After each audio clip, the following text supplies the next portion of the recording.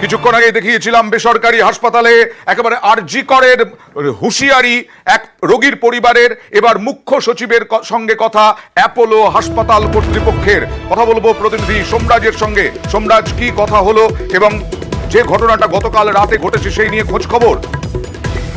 একদমই, যেটা নবান্ন সূত্রে জানা যাচ্ছে, রাজ্যের মুখ্য সচিব মনোজ পান তিনি অ্যাপোলো হাসপাতালের ঊর্ধ্বতন কর্তৃপক্ষের সঙ্গে আলোচনা করেছেন গোটা ঘটনাটি নিয়ে এবং অ্যাপোলো হাসপাতাল কর্তৃপক্ষকে আশ্বস্ত করেছেন।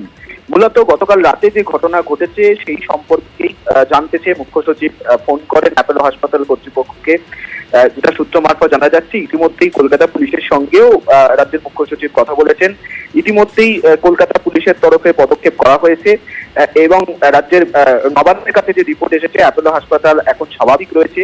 কিন্তু অ্যাপোলো হাসপাতাল কর্তৃপক্ষকে মুখ্য সচিব ফোন করে গোটা বিষয়টি জানতে চান এবং তাদেরকে আশ্বস্ত করেন বলেই নবান্ন সূত্রে খবর। ওকে, এই মুহূর্তের খবর, এই মুহূর্তের আপডেট।